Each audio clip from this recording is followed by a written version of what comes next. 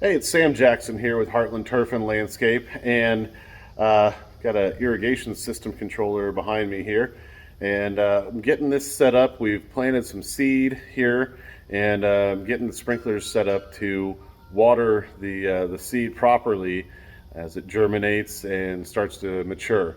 So, but I'm not necessarily going to go into the details of how to set it up on the controller because there's so many different controllers. Yours isn't going to match this one. You need to refer to your owner's manual for how to set it up. But I'm going to give you the principles of the guidelines you're going to try to follow in terms of what type of watering you're setting up.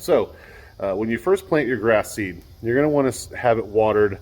The general idea is to keep it damp throughout for the first 14 days.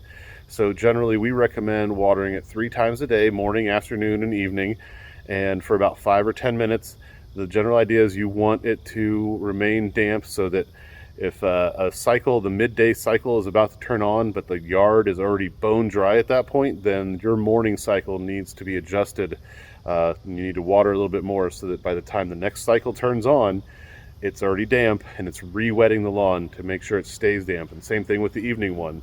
If you get to evening and the lawn has dried out and before that evening cycle turns on, then you need to adjust your midday cycle a little bit longer.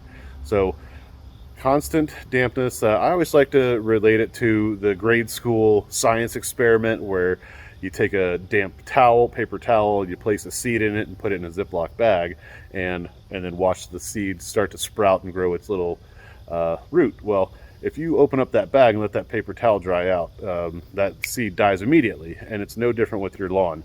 So if it starts to sprout and then maybe you miss a day or two of watering and the lawn dries out, that seedling with its little tiny minuscule root is going to dry up and die, and once that happens, no amount of watering is going to bring it back again. So for the first 2 weeks, it needs to stay damp. After the first couple weeks, you should have 1/2 inch to inch tall sprouts.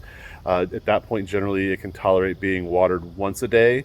We recommend water in the morning just before sunrise so it really soaks in. But a regular watering where you water the entire lawn 15 to 20 minutes once a day. So that's still a pretty high watering rate as per like normal just maintenance, but you got to keep in mind it is still pretty young, so it does require a good bit of water. We generally recommend watering that once a day cycle until you have your irrigation system winterized mid to late October. If you follow that watering schedule, you should see pretty good results from your seeding.